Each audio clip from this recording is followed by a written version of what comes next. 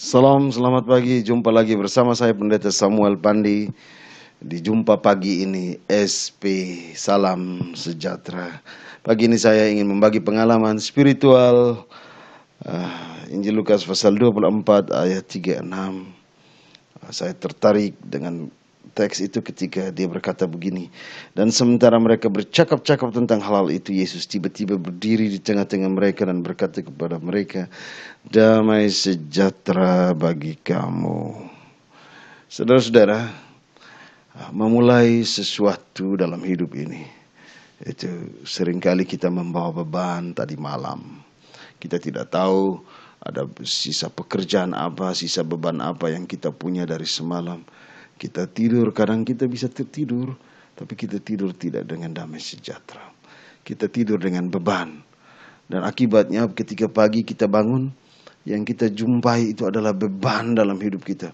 Semua orang menjadi salah, semua yang ada di rumah tidak menyenangkan. Suami kita, istri kita, anak-anak kita, orang-orang yang ada di sekitar kita menjadi beban dalam hidup kita.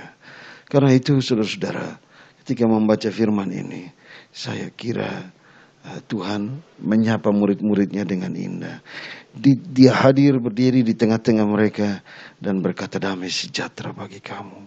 Sebelum dia mengatakan kepada para murid yang ketakutan itu siapa dia, sebelum mereka melihat dia, suaranya jelas, "Damai sejahtera bagi kamu." Sapaan damai sejahtera ini mungkin orang menganggapnya hanya sebagai sapaan biasa bagi orang Israel, Shalom. Itu cara kita menyapa.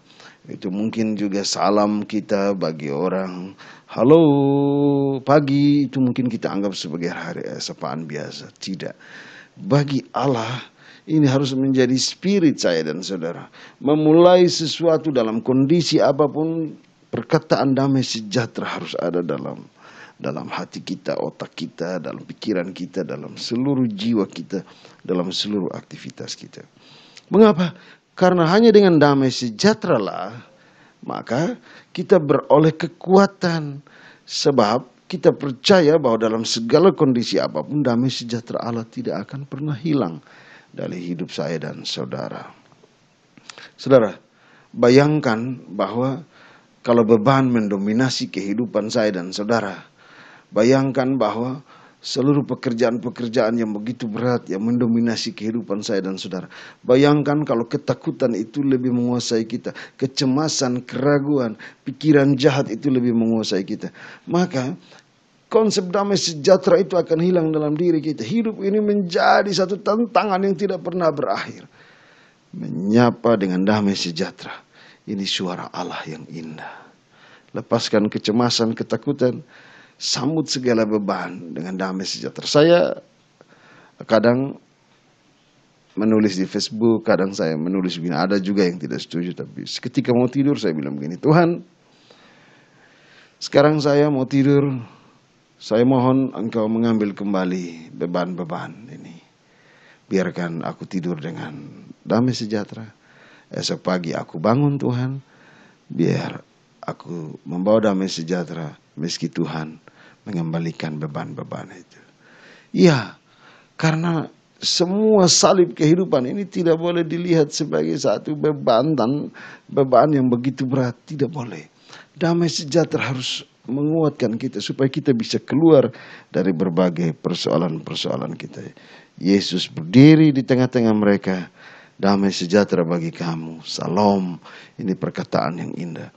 Ini cara Yesus untuk meyakinkan para murid bahwa meski mereka pernah mengkhianati dia, menyakiti dia, tapi sapaan damai sejahtera itu undangan dari Tuhan supaya mereka melihat ada sesuatu yang baru dalam hidup mereka. Mungkinkah pagi ini kita mulai dengan damai sejahtera?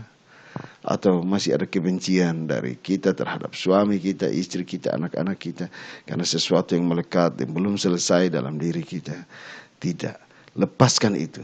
Mulai hari ini, saat ini, bangun pagi, di pagi ini, engkau berkata kepada istrimu, suami, anak-anakmu, sahabatmu, siapa saja, "Damai sejahtera bagi kamu." Ini spirit yang kita bangun. Kenapa? Karena damai sejahtera itu telah diberikan oleh Tuhan bagi kita sampai selama-lamanya. Amin. Mari kita berdoa. Tuhan Yesus, berkati kami anak-anakmu supaya ketika kami mau melakukan sesuatu aktivitas baru di pagi ini, kami melakukannya dalam damai sejahtera yang Tuhan kehendaki. Terima kasih Tuhan Yesus. Amin.